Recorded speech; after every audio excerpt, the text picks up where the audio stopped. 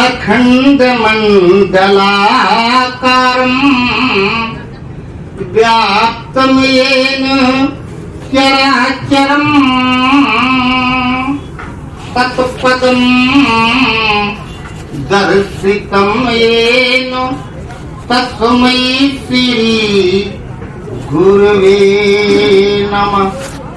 शंकरं शंकराचार्यं केशवं वादरायणं सूत्रभास्कृतौ वन्दे भगवन्तौ पुनः पुनः बन्धौ गुरुपदकञ्जु कृपा सिंधु नररूप हरि महामोह समपुंज जातु वचन रवि कर निकर जरत सकल सुरवृंद विषम गरलो यही पान पिय तहिना भजसी मनमंद को कृपालु शंकर शरीर। बोलिए श्री गुरुदेव भगवान। थोड़ा कीर्तन कर ले फिर सत्संग सुनो। ओम जय गुरुदेव, ओम जय गुरुदेव, ओम जय गुरुदेव, ओम जय गुरुदेव। ओम असरण शरण शरण प्रभुले ओम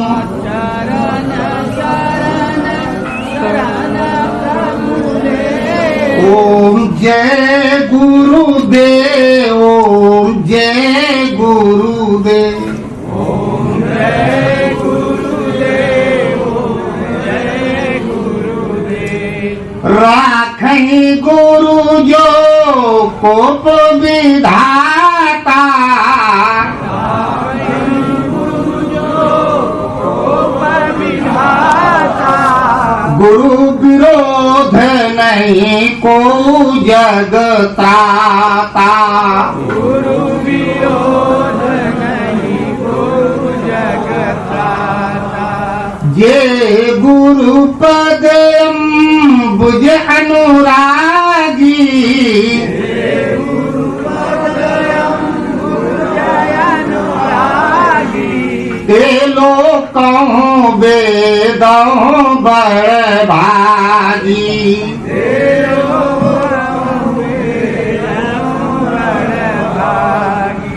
गुरु के बचन प्रतीति न जाही, गुरु के वचन प्रतीत न जाही, सपने सुगमना सुख सिधिताई, सपने सुगमना सुख सिधिताई।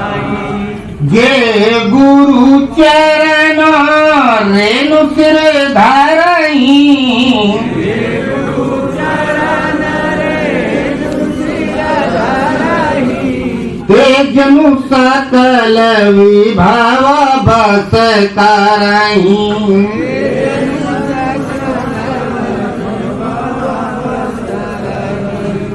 जय गुरुदेव, ओम जय गुरुदेव, जय गुरुदेव, जय गुरुदेव। ओम जय गुरुदेव, ओम जय गुरुदेव, ओम जय गुरुदेव, ओम जय गुरुदेव। बोलिए श्री गुरुदेव भगवान की जय। राखे गुरु जो कोप विधाता, और गुरु विरोध नहीं को जगताता। गुरु का विरोध किए, आदेश का पालन नहीं किया, यही गुरु का विरोध है, विपरीत चलना। काक भूषुंड जी और भगवान विपरीत हो गए। अब भगवान कोप गए तो गुरु महाराज बचा ले गए, राखे गुरु जो कोप भी जाता। और कल हम बताए थे 4 प्रकार का भजन की विधि। बैखरी मध्यमा पसंती पड़ा, किसी को कौआ कोयल बगुला हंस, ब्राह्मण क्षत्रिय वैश्य शूद्र, सतयुग त्रेता द्वापर कलयुग, ये नाम अपने अपने समय की भाषा में ऋषियों ने दिए। कल केवल हम बताए थे बैखरी का क्या, प्रवेशिका क्या है और पराकाष्ठा क्या, शुरुआत कहां से होती और अंत कहां होता। 4 प्रकार के भक्त परसों हम बताए थे कि जो भजते हैं, चतुर्विधा भजनते माम जना सुखो अर्जुन, आर्तो अर्थार्थी जिज्ञासु ज्ञानी भक्त। 4 प्रकार के लोग भजते हैं, आर्त दुख निवारण के लिए, अर्थार्थी धन चाहने के लिए, जिज्ञासु मुझे जानने के लिए, और ज्ञानी जो मुझे जान जाता है प्रत्यक्ष रूप से का वो मेरा स्वयं स्वरूप है। और 4 विधि बताए बैखरी मध्यमा पसंती पड़ा। तो पहले आर्त जो दुखी है उसमें हम बताए थे बैखरी से जप करे। ओ पत्थर के नीचे हाथ दब जाए, भयंकर दर्द हो रहा है, उस समय मुख से कारण चीख निकले पड़ेगी। उस समय ध्यान करोगे समय कहाँ है, चीख निकले पड़ेगी। हम दुखी हैं, आरत काह न करे कुकर्म, इसलिए हमें व्यक्त करके बुलाना है, राम राम ओम ओम। और दुख तब दूर होगा पत्थर के नीचे हाथ दबा है जब कोई आके निकालेगा। चिल्लाने जो जोर जोर कहेंगे तो उच्चारण में ध्यान चला जाता है, इसलिए नहीं तो भजन करने बैठो जबकि समय मन संसार में भाग जाता है। उच्चारण में चला गया तो संसार में नहीं भाग के जाएगा। और चिल्लाते चिल्लाते आ जाएं और हाथ निकाल दें। और संसार में लोग परेशानी हुई, किसी को बुलाया, हम किसी की मदद में चले जाते हैं, कोई हमारी आ जाता है, इसके बाद सब अलग अलग हो जाते हैं। लेकिन भगवान जब एक बार जिसके पास चल के आ जाते हैं, जिसे एक बार अपना लेते हैं, उसे सदा सदा के लिए अपना लेते हैं। एक बार आ गए अगर आपका दुख दूर कर दिया तो सदैव आपके, फिर जब पुकारोगे तो आ जाएंगे। क्यों आज दुख पड़ा है, बुलाया आके निकाल लिए, कल फिर परेशानी पड़ेगी। तो मनुष्य का जीवन संसार दुख आलिया शाश्वतम, नश्वर है, दुख का घर है, और सुख दुख तो रोज जीवन में आते रहेगा। तो कहाँ कब हम बार बार पुकारेंगे और कितना वो बार बार आएंगे, साथ हो जाते।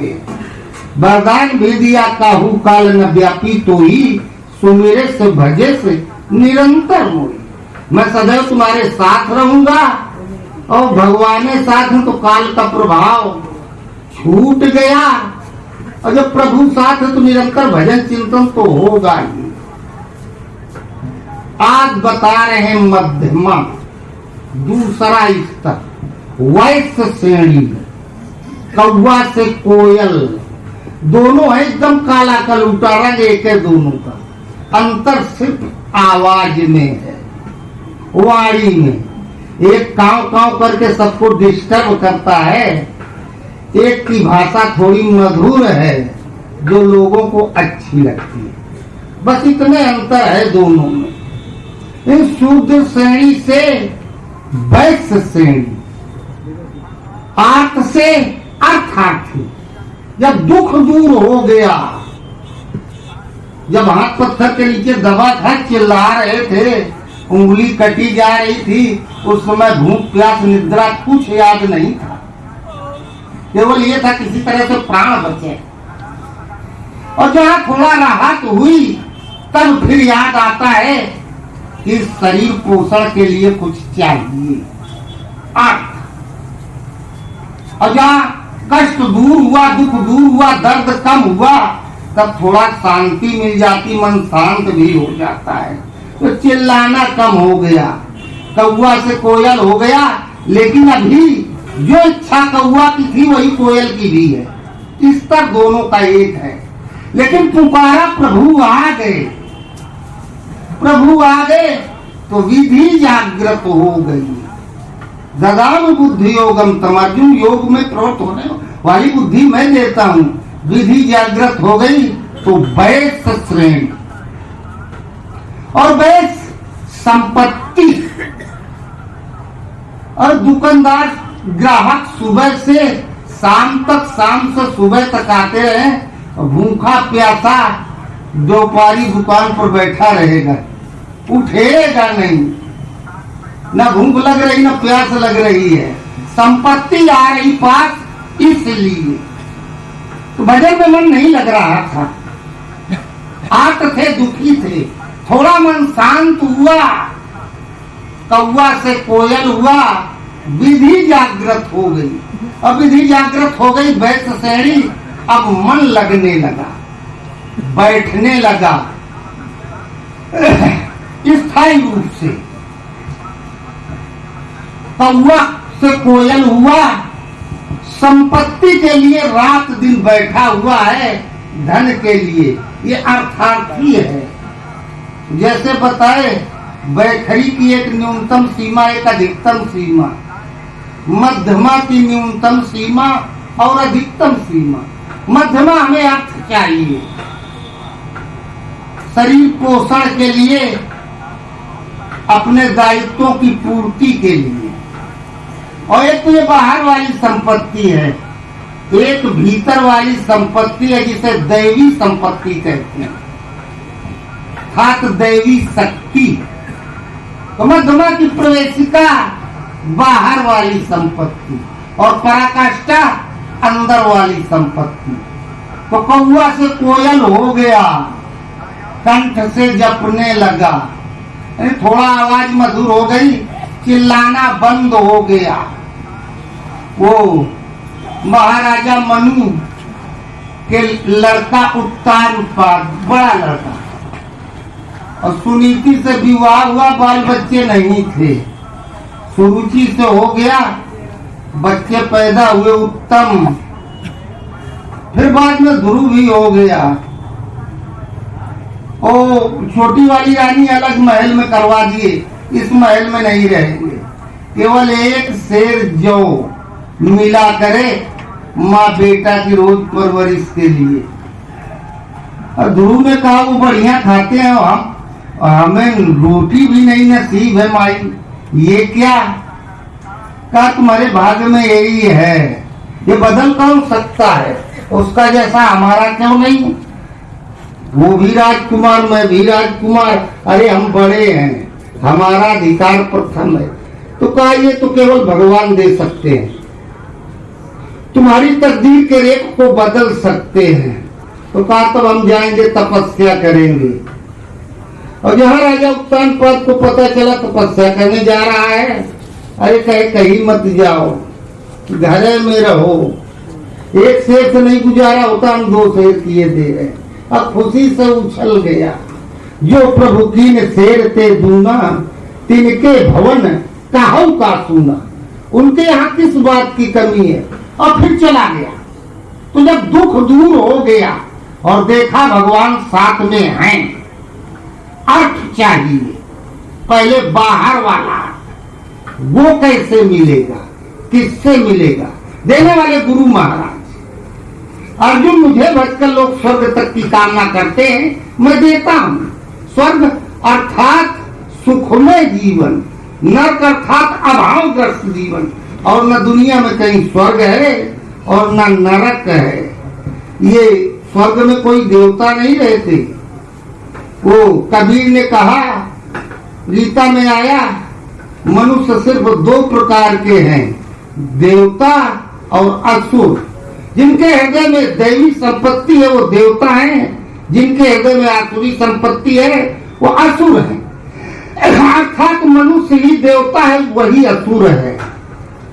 ये देवता बनाता कौन है? कबीर ने कहा, बलिहारी गुरु आपने देवहारी के बाद जिन मानुष के देवता करत न लागी बात। का गुरु महाराज ने हमें मनुष्य से देवता बना दिया। हम समाज के तिरस्कृत व्यक्ति थे, आज लोग हमें प्रणाम करते हैं। देवी शक्ति दे दी तो देवता बना दिया, जिसके अंदर देवी संपत्ति है वही देवता है। गीता जी कहती है अर्जुन मुझे भजकर लोग स्वर्ग तक की कामना करते हैं, मैं देता हूँ। स्वर्ग में कौन रहता है? देवता। देता कौन हूँ मैं? अर्थात योगेश्वर भगवान कृष्ण, गुरु महाराज सद्गुरु। वो जिसके हृदय में देवत्व प्रवाहित कर देते हैं वो देवता हो जाता है। ये उन्हीं से मिलेगा। तो पहले तो हमें बाहर वाली संपत्ति चाहिए। मध्यमा की न्यूनतम सीमा कंठ से जप रहे हैं। जपते जपते एक वो थे पंडित जी, और राजा साहब के यहाँ जाया करते थे। राजा साहब बड़े धर्मात्मा, विद्वान लोग कुछ न कुछ रचना करके जाया करें, सुनाया करें, सबको पुरस्कृत करके भेजे। एक विद्वान जाया कर, उसे कुछ नहीं आता जाता था, बस जाके दरबार में बैठा रहे, नहा धो के पर थोड़ा बहुत माला घुमाने लगे, चला आवे। तो आने लगे तो राजा साहब एक सोने का सिक्का दे दिया करें, कैसे लिए जाओ, अरे दिन भर हमारे यहाँ रहे हो। जिस रास्ते से आया जाया करता था उसी रास्ते में एक बबूल का पेड़ था। पेड़ पर एक सर्प लटक रहा था। देखा कहे पंडित इधर आ, ताकि कहां से आवाज आ रही। अच्छा ये सर्प बुला रहा है। कहाँ जाते हो, क्या करते हो? कि राजा साहब के यहाँ जाया आया करते हैं, और वो खेती बाड़ी होती नहीं थी पहले, बाभन के धन केवल भिक्षा, उसी के भरोसे रोजी रोटी।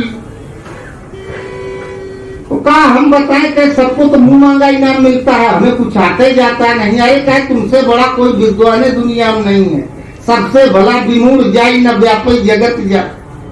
कहा तुम्हें कुछ नहीं आता है तो हम जो सिखाएंगे वो तुम्हारे ऊपर बिल्कुल जैसे पत्थर पर छेनी से लिख दो, लिख जाएगा। और कहा कल जब इस रास्ते से आना तो हमसे मिल के जाना। तो पंडित जी आए, मिले नाग देवता से। कहा जाना, जब सब अपनी अपनी रचना सुना दें, चलने लगना। तो राजा साहब को कहना कुछ हम एकांत में बात करना चाहते हैं। जब अलग जाएं तो कह देना राजा साहब आज होशियार रहना, महल न जाना, नहीं तो रानी साहब से झगड़ा हो जाएगा। वो कह के चला आया, एक सिक्का मिल गया। और राजा साहब शाम को गए महल में, रानी साहब रो रही थी। राजा साहब पूछे क्यों रो रही? तो बताए कि एक भाई राखी बांधती थी और चिट्ठी आई है, हम जा रहे हैं संन्यास लेने, सब लोग आ जाए एक बार मिल लें।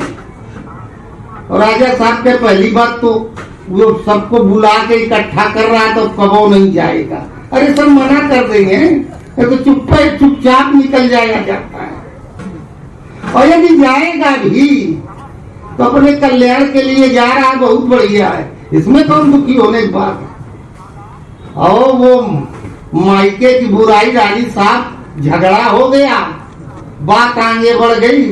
राजा साहब लौट के आ गए बाहर, गुस्सा होके न चली जाए, मार पीट ना हो जाए। राजा तो राजा, सवेरे दरबार लगा, पंडित जी आए।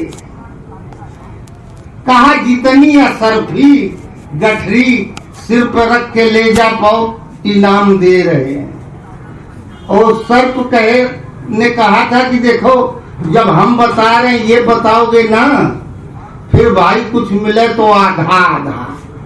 क्या बिल्कुल ठीक है। चला वापसी में तो रास्ता बदल दिया, विधि जान गया कैसे माल मिलता है। लेकिन नियत सही नहीं है तो दोनों काले कलूटे कौवा कोयल, आवाज खाली बदल गई है, अंदर तो दोनों की खुराक एक है। और रास्ता बदल के चला गया। और फिर सवेरे मुंह लटकाए उधरे से आए। नाग देवता ने पूछा, कहा तो पंडित जी कुछ मिला रहा? ऐसा मरते दलिद्र के इतना भरा का दान देना जाने, कुछ हो नहीं मिला। कह वह 1 रुपया रोज वाला। ऐसा तो नहीं होगा। ठीक, अच्छा जाओ, आज कह देना राजा साहब रातों रात पूरी फौज चारों तरफ लगा दो, आज रात्रि में हमला होगा, मारे जाओगे, राज्य पर दूसरे का कब्जा हो जाएगा। और चलते समय बता दिया धीरे से, और राजा साहब ने फौज लगा दी, पूरी सेना चारों तरफ बॉर्डर पे। रात में पड़ोसी राजा ने हमला कर दिया। ये सब पहले से छिपे बैठे थे, ये सावधान थे, वो सावधान थे, वो सोचते थे सब सो रहे हैं, मार के खदेड़ दिए। सवेरे पंडित जी पहुंचे, राजा साहब बड़ी पूजा किए, कहे रे इसीलिए आप नहीं बोलते थे, इतने बड़े विद्वान, अब हमें मिल गया गुरु महात्मा, हम सुरक्षित हैं। हम आपको एक जमींदारी दे रहे हैं, एक स्टेट का एक हिस्सा। अब आपको कुछ नहीं करना, बस सुबह शाम तक यहीं आके बैठा करो, आपके लड़के बच्चे हुकूमत करेंगे। कहे फिलहाल अभी कहे अच्छा जितना ले जा पाओ ले जाओ। और फिर गठरी बांध के चले, रास्ता बदल दिया। घर पहुंचे, लौट के फिर दूसरे दिन जाने लगे। और नाग देवता कहे पंडित जी बताओ कल कुछ मिला रहा है? अरे क्या मरते हो, का दान करेगा? तो वही 1 रुपया। अब सड़क बिगड़ खड़ा हुआ। क्या ये बताओ पंडित जी, जब हम ये जानते हैं कि कल क्या होने वाला है, तो हम ये नहीं जानते तुम्हें क्या मिला है? बेईमानी और हमारे साथ हम नहीं जानते थे कि तुम इतने दलिद्र हो, नियत खराब है, इसीलिए भोग रहे हो ये। ठीक, हमने तुम्हें मित्र बनाया है, मैं उसका निर्वाह करूंगा। तुम्हें कितनी संपत्ति चाहिए? ना पता, जहां मैं रह रहा हूं पता है, ये कभी स्टेट थी, मैं यहाँ का राजा था, यहाँ खास संपत्ति, नीचे खजाना गड़ा हुआ है। हम तुम्हें सब देते हैं, केवल एक काम करो, ये सब ले जाओ, बदले में हमें केवल कैलाश पर्वत पहुंचा दो जहां शिव रहते हैं। आप अगर गड़बड़ किए ना तो फिर रहा नकुल को रोवन यारा, इतना याद रखना। गए घर, लड़का बच्चा, रात भर खुदाई हो, महीनों में सब खजाना खोद के ले गए। इसके बाद कहे नाग ने कहा हमें पहुंचाए कैलाश पर्वत भगवान शिव के पास। और पंडित जी कहे अरे 10-5 दिन थोड़ा सुख भोग लेने देते, फिर हम आएंगे। और 2 हफ्ते का समय लिए। जब 12-14 दिन बीत गया, अब पंडिताइन पीछे पड़ी, पूरे घर का नाश करा दे भाई, जाते क्यों नहीं हो? चले जाओ कैलाश पर्वत जाओ, मुक्त हो जाओ शंकर जी के पास। पंडित जी सोचे सुख भोग के टाइम ये सब भगा रहे हैं, क्या अच्छा ठीक है पहले मिल आवे, बात करिए आवे, कब किस तारीख को चलना है। एक टीना सरसों को खौलता हुआ तेल लेके गए पंडित जी। क्या हम सर्प देवता तो ही के खत्म कर दे। अब जाके बिल में डाल दिया साहब, अब खाली टीना पटक के चल दिए। कह तो पहुंचा दिए ना कैलाश पर्वत। जहाँ 10-20 कदम आगे बढ़े तो पीछे से बोला, अरे पंडित जी कहाँ जा रहे हो? चलो पीछे से हम आ रहे तो कांप गए, वही पेड़ में लटक रहा था। कहे वो जो काक भुसुंड कहे थे, धन मदमत परम वाचाला, उग्र बुद्धि उर्दम विशाला। बुद्धि खराब हो गई थी। लक्ष्मी के 2 आसन हैं, एक उल्लू और एक कमल। यदि शिव स्वरूप कोई गुरु नहीं मिला, हम अविधि पूर्वक साधना कर रहे हैं, तो उल्लू पे सवार होके आती है। फिर गड़बड़ हो गया उल्लू, 25 मुकदमा चलने लगे, बच्चे कुमार्ग पर चल गए, सब समाप्त। परमात्मा की आराधना से ये आती है तो कमल पर सवार होके, कमल का पत्ता इतना चिकना होता, पानी में डुबो दो बाहर निकालो, चिकना का चिकन है। अर्थात तब ये आती है तो इसका दुरुपयोग नहीं होता है। और सर्प देवता कहे, हम सोचे थे पंडित जी ये खजाना के चक्कर में हम तो सर्प बने, कम से कम संपत्ति पाए हो और बांगे परिवार का सर्वनाश ना हो, हम तुम्हें जोड़ दे, आराम का पाए हो ना भगवान से, शिव के माध्यम से, तो तुम्हारा कल्याण हो जाएगा, पीढ़ियां सुरक्षित रहेंगी। कहे ठीक है, अब कल आवत ही कल चलेंगे, और चले गए। घर वाले को बताए, घर वाले जबरदस्ती भगाए आए, चल दिए सर्प को लेके, जा रहे थे, पहुंच गए हिमालय पर्वत पर, कैलाश की सीमा में पहुंचे। सर्प ने कहा हमें यहीं छोड़ दो और आप जाओ, और निकालने लगे पिटारा से। कहा ऐसे नहीं, चलते समय हाथ मिला लिया जाता, मित्रता रही, फिर कभी मिलना नहीं है।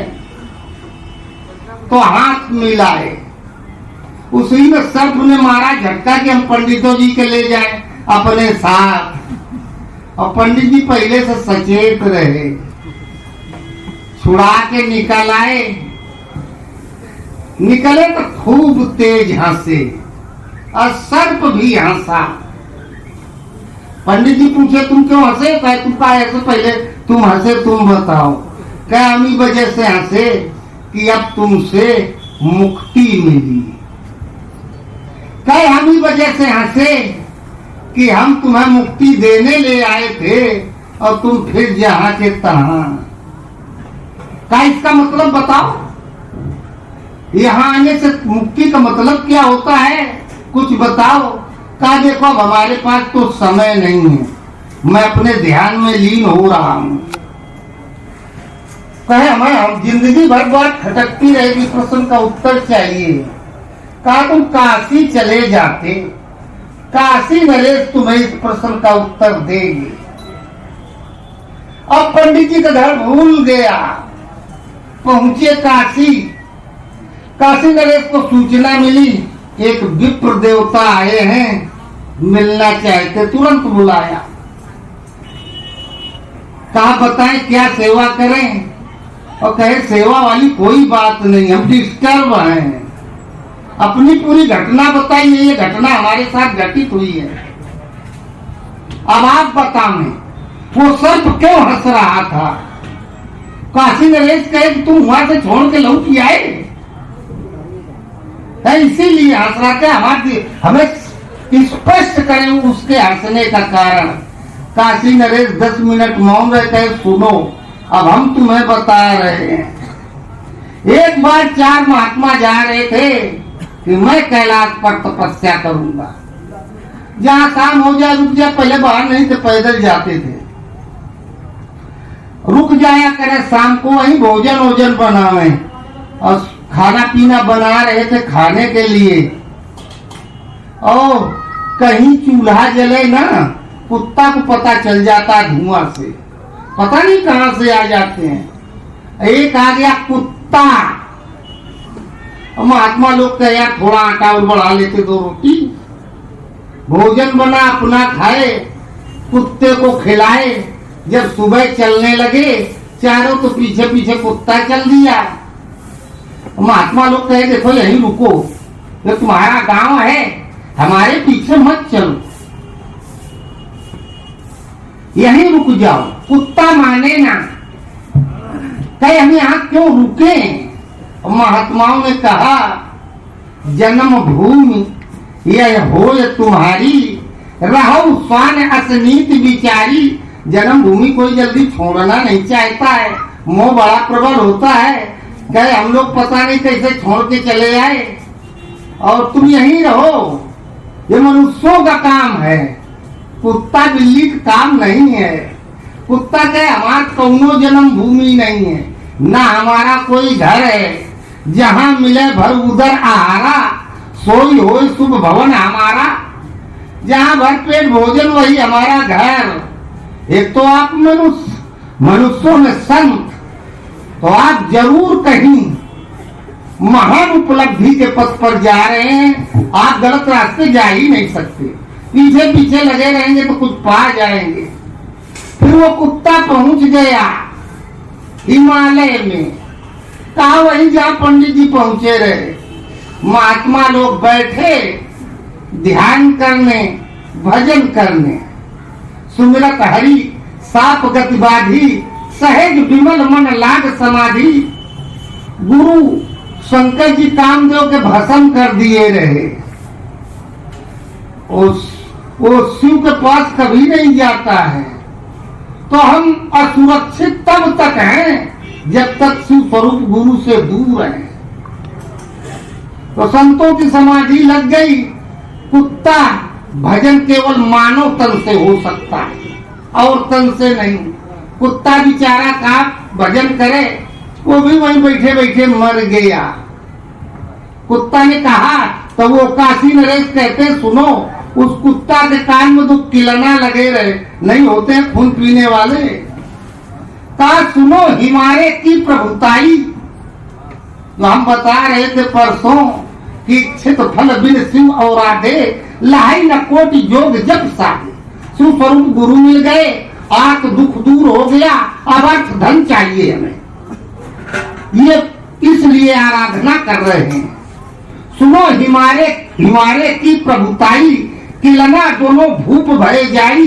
कहा, जो कुत्ते के कान में किलना लगे थे ना, वो एक अयोध्या का राजा, एक मथुरा का राजा है।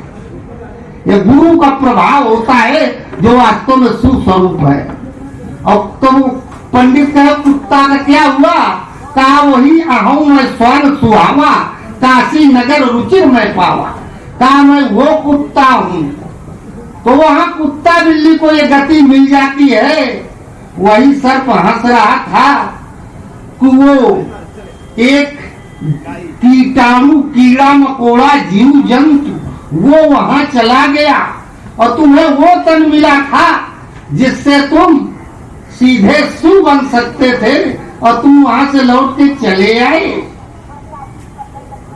तो अर्जुन 4 प्रकार के लोग भजते हैं। मैं मध्यमा बता रहा हूँ। कौवा से कोयल हुआ, कंठ से जप रहा है दोनों काले कलूटे, चाहिए दोनों को वही जो एक को चाहिए।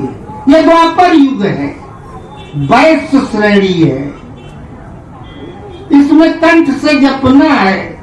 द्वापर में भगवान कृष्ण ने कहा, अर्जुन मैं आज पर नहीं उठाऊंगा, हम रथ हाँकते रहेंगे, युद्ध तुम करो, बताते भर हम रहेंगे। और पूरा महाभारत का युद्ध जिता दिया। ये द्वापर श्रेणी विधि जागृत हो गई। जहाँ विधि जागृत हुई, सब कुछ हमारे पास हो गया। आर्थ दुख दूर हो गया, अर्थ की व्यवस्था हो गई। तब मन में एक विचार आता है कि अब क्या करें, सब कुछ तो मिल गया, कोई कमी नहीं है। महाराजा मनु की तरह हृदय बहुत दुख लाग, जन्म गयो भाई भगत गुण। परमात्मा का तेज हमारे अंदर नहीं है। बाहर की तो सारी संपत्ति है, वैभव है, लेकिन अंदर का दैवी संपत्ति नहीं है, दैवी शक्तियां नहीं है परमात्मा की। तब त्याग के चल दिए, बरबस राज सुतई तब दीना, हर हित आप गमन बन कीना। अब ये जब पहले बाहर की संपत्ति सब मिल गई, मध्यमा, अब अंदर की संपत्ति जो दुख दूर हुआ, गुरु महाराज आ गए, आशीर्वाद दिए, काहू काल न व्यापी तो ही, सुमिरत भजे से निरंतर मोही, प्रत्यक्ष उपस्थित हो गए, सामने बैठे। का मतलब व्यक्त का मतलब हम ओम जपते हैं, आप जपते हैं। स्वामी जी को कोई प्रणाम कर देता है तो स्वामी जी भी कह देते ओम या राम, ऐसे कह देते हैं। ये वो भी तो बैखरी जप रहे हैं। यही बात भुसुंड ने से गरुड़ ने पूछा कि जब आप इस स्तर के हैं, त्रिकालज्ञ हैं, आप चाहे तो मन मन में बात कर सकते हैं लोगों से, लेकिन फिर भी कोई प्रणाम किया ओम, ये क्यों बैखरी जपते हो? कहा ये इतना राम भगत जानी, शुरुआत हमने यहीं से की थी। यही करके इसी शुद्ध तत्व से, इसी कौआ की तरह काव काव करके हम यहाँ तक पहुंचे हैं। जाते मोहि परम प्रिय स्वामी, इसलिए अब स्वभाव में ढल गया है। कोई सामने आता तो मुझसे आवाज निकल ही जाती है। इष्ट उपस्थित हो गया। उपस्थिति में हम जब भगवान सामने उपस्थित है डंडा लेके, तब तो भजन करना ही पड़ेगा। सुमिरे से भजे से निरंतर मोहि। पहले 10 रुपया कमाते रहे, 100 रुपया का खर्चा रहा, कर्जा घटता नहीं था। अब सब कुछ हो गया तो मांगना तो कम कर दिया, भजन ज्यादा होने लगा। इस उपस्थिति में तो दैवी संपत्ति, वैश्य दिन भर दुकान पर बैठा रहता। कृषि को रक्षा वाणिज्यम, वैश्य कर्म स्वभावजम। दैवी संपत्ति बढ़ने लगी। अब दैवी संपत्ति बढ़ आई। अंदर 33 करोड़ देवता हैं। एक एक करके 3300 करोड़ देवताओं के दिव्यास्त्र हमें प्राप्त हो गए। ब्रह्मा का ब्रह्मास्त्र, विष्णु का नारायणास्त्र, शिव का पुष्पास्त्र। लेकिन ब्रह्मा विष्णु महेश सहित ये 3300 करोड़ देवता है अभी प्रकृति के अंतराल में। अग जग जीव नाग नर देवा, तात सकल जग काल कलेवा। अरे ब्रह्मा विष्णु महेश ये देवताओं में चोटी पर है। भगवान तो कोई अलग है। विष्णु विरंची शंभु भगवाना, उपजय जात वंश ते नाना। परमात्मा एक है जिसके अंश से अनेक ब्रह्मा, अनेक विष्णु, अनेक महेश उत्पन्न होते हैं। सब कुछ अर्जुन के पास था, लेकिन महाभारत के युद्ध में कांप गया। ध्वजा पर हनुमान जी, दुर्गा माई से आशीर्वाद पा गया, फिर भी डर गया। वो ये नहीं जान पा रहा था कि भगवान कृष्ण है क्या, रथ की बागडोर है किसके हाथ में। तो दैवी संपत्ति से हृदय भर गया। अर्जुन को 33 करोड़ देवताओं के दिव्यास्त्र मिल गए। मध्यमा विधि जागृत हो गई। ये विधि नाम ब्रह्मा का है। ब्रह्मा ने सृष्टि की रचना की है, सबको बनाया है। और संपूर्ण ब्रह्मा की सृष्टि का जो गुण धर्म था वो सब अंदर उतर आया। एक उपलब्धि मिल गई। अर्जुन स्वर्ग में था, हमारे अंदर विधि जागृत हो गई है, दैवी संपत्ति है। इसका प्रमाण क्या है? अरे हम अभी मेला में चले जाएं, पूरा मेला घुमावे, किसी से कोई मतलब नहीं है। अब आप लोग जेब में 10-5 लाख रखे तो हाथ उसी से पकड़े रहोगे, कोई काट न ले। हमारे पास कुछ है नहीं तो जब कतरा क्या करेगा, समय बर्बाद करके। तो दैवी संपत्ति जहाँ इकट्ठा हुई, विधि पूर्वक छोड़त ग्रंथि जान खगराया, विभिन्न अनेक करे तब माया। अर्जुन स्वर्ग में था, उर्वशी पहुंची। अर्जुन को उर्वशी नहीं दिखाई दी कुंती माई आ गई है। तो दैवी संपत्ति, वैश्य श्रेणी, भजन की विधि जागृत हो गई। द्वापर कृष्ण का जन्म हो चुका है। प्रमाण इसका क्या है? अष्टमी के दिन पैदा हुए थे भादव में। भादव को भाद्रपद कहते हैं, भद्र कहते हैं कल्याण को। कल्याण का स्रोत फूट निकला। अष्टमी अर्थात सदा मूल प्रकृति शांत हो गई। अंधेरा जहाँ शांत हुई प्रकृति, तो अर्जुन को दिखाई दी अपनी माँ। सृष्टि में बस 2 हैं, एक स्त्री और एक पुरुष, नर और मादा हर योनि। एक स्त्री को हम माँ के भाव से देखते हैं तो वो स्थान है, एक को बहन को, एक की बेटी को। उसी तरीके से स्त्रियां पुरुषों को देखती है। और जो भाव जिसके प्रति आपके हृदय में है, आपके मन पर, तन पर, उसका वही प्रभाव है।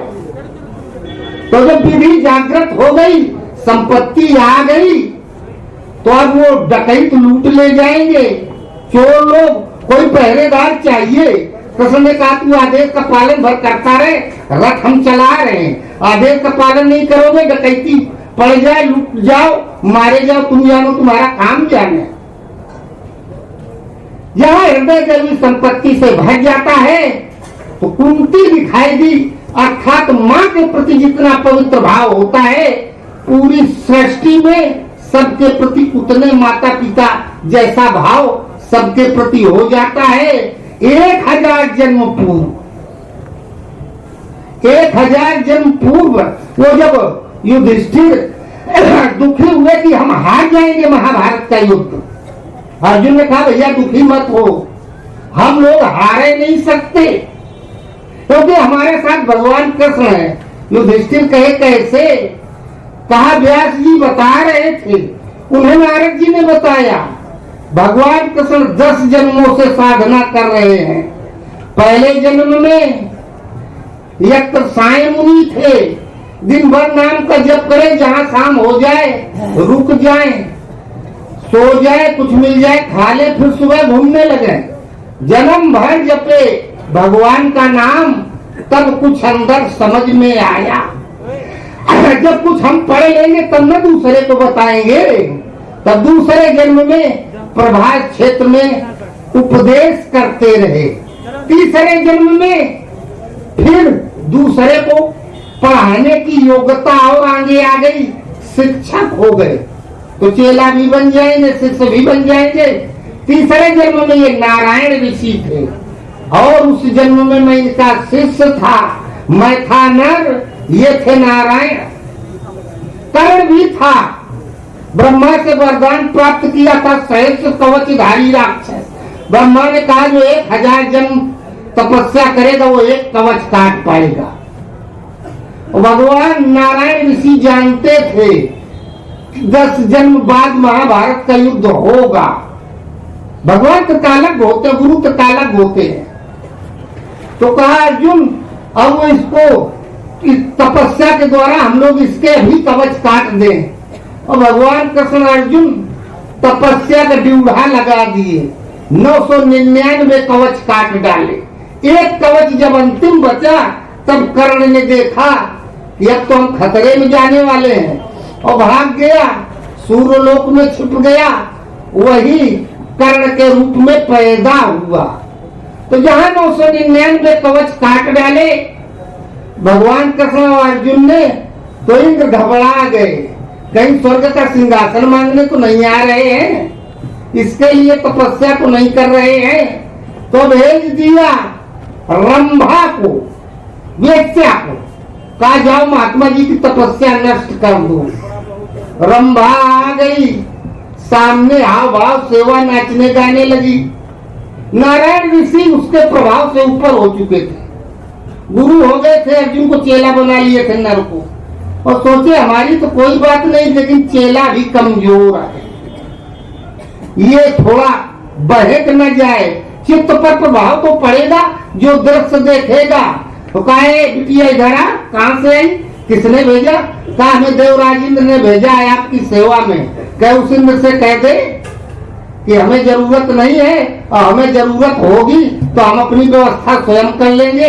एक पीपल का सूखा हुआ पत्ता उठाया, जंघा के उरू भाग में ऐसे खींच दिया, एक बूंद खून नीचे गिरा, उर्वशी बन के तैयार हो गई। और रंभा से कई गुना ज्यादा सुंदर।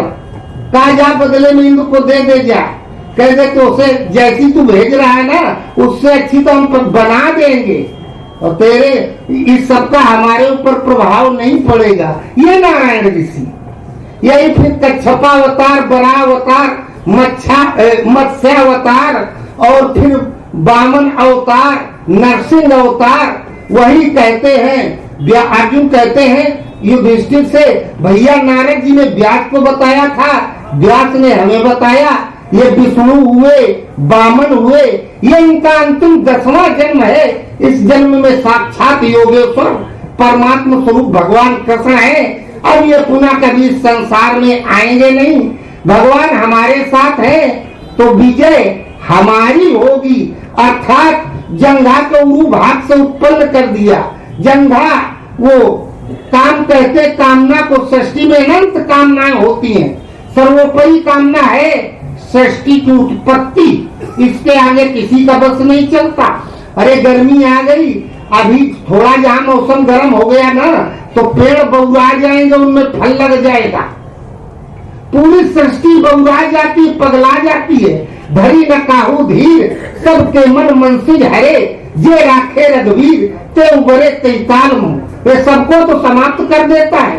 श्रृंगी के भृंगी कर दारिस, नारद के लिप्टान, आसन छोड़ मछंदर भागे, जल मामीन समान, कामदेव महादेव सताए, कहलो करूं बखान, तीन लोक में भगा कबीरा, गुरु चरणन लिपटान, बचाते हैं तो केवल गुरु, और सबको नष्ट कर दिया।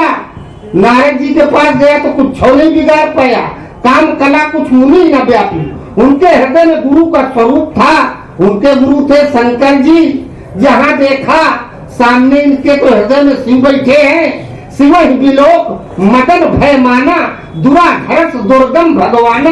जब देवताओं ने भेजा कहा तपस्या नष्ट कर दो, तो काम अभी नष्ट करने जा रहे हैं, लेकिन जहाँ देखा कि इनके यहाँ इनकी रक्षा में कोई विशेष है तो भयभीत हो गया। कहा आज इस बाबा से टकराना और अपने आप को समाप्त करना। तो शिव स्वरूप गुरु जब पहरे में खड़े हो गए तो पहले तो बाहर की संपत्ति, ये न्यूनतम सीमा, और फिर जब अंदर की संपत्ति आ जाती है, हृदय देवी संपत्ति से भर जाता है, कहाँ उस संपत्ति की रक्षा में गुरु महाराज खड़े हो जाते हैं। और खड़े हो गए तो जंघा को चीर दिया, अर्थात सृष्टि की उत्पत्ति के क्रम को ही समाप्त कर दिया। हनुमान जी जब रावण के दरबार में पहुंचे बड़ा खुश हुआ, कहा वो हमारा लड़का हमारा मेघनाथ बांध लाया तुम्हें। हम जानते थे इंद्रजीत को, वो जो सिकड़ी में बंधे थे हनुमान जी तोड़ के फेंक दिए, कह देख सुन मेरे हृदय में राम है, और जिसके हृदय में राम आ जाते हैं, जहाँ राम ता काम नहीं, काम तहाँ नहीं राम, तुलसी कबू न रही सके एक संग छाया धाम। राम है तो फिर अब काम गया, और जब काम ही चला गया और कहा रावण, और यही विधाता की सृष्टि है, उत्पन्न होना और समाप्त होना। कहा रावण जिसने इस पर विजय प्राप्त कर लिया उसने विधाता की सृष्टि का पर विजय प्राप्त कर ली, विधाता की सृष्टि के क्रम को समाप्त कर दिया। या हमने विधाता की सृष्टि पर विजय प्राप्त कर ली तो विधाता की सृष्टि में कोई ऐसा अर्थ नहीं जो हमारा भेदन कर सके, हमें बांध सके। तो ये इस स्तर से रक्षा में गुरु महाराज खड़े हो जाते हैं।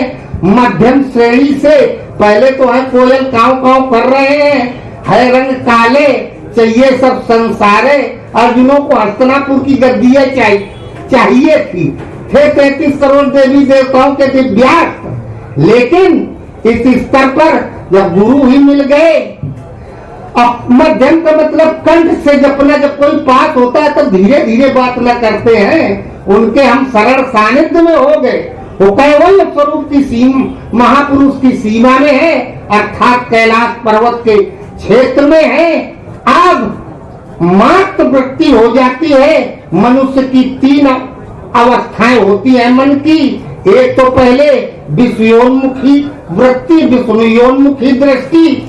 हमारे अंदर काम क्रोध लोभ मोह का प्रवाह चल रहा है, हम रोक नहीं पाते हैं। जब हृदय दैवी संपत्ति से भर जाता है तो मात्र वृत्ति हो जाती है, अर्थात जितना पवित्र भाव अपने माता पिता के प्रति होता है, सृष्टि में सब जीवों के प्रति हो जाता है। जिसके बाद अंतिम अवस्था होती है ब्रह्माकार वृत्ति। जब इस हृदय में आ जाते हैं तो जहाँ दृष्टि पड़ती है स्वर्ग नरक अपवर्ग समाना, जहाँ तादीख धरे धनुबाना। गुरु का स्वरूप हृदय में आ जाएगा तो सर्वत्र गुरु ही दिखाई देते हैं। परमहंस महाराज कहो हमारे दांतों पायलिया हो गया। स्वामी जी कहे हमने पूछा क्यों हो गया था गुरु महाराज, फिर ठीक हो गया बाद में। अरे कहे साधना करते करते एक ऐसी अवस्था आई, अंदर बाहर जहाँ देखे सर्वत्र इष्ट। हम पेड़ से दतून तोड़े तो लगे उंगली तोड़ रहे।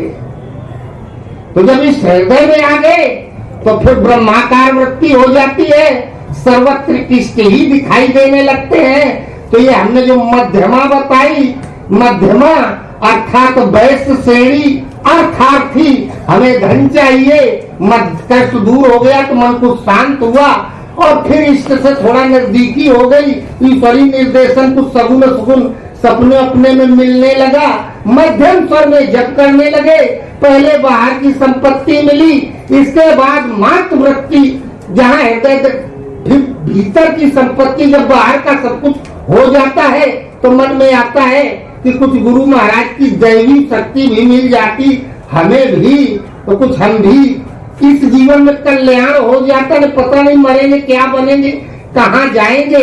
तो फिर दैवी संपत्ति मिलने लगी, जहाँ दैवी संपत्ति से हृदय भर गया तो जिसके घर में संपत्ति होती है वो पैसा बहुत मजबूती जगह में रखा जाता है, घर में एकदम सुरक्षित जगह में, और वो सुरक्षित हो गया।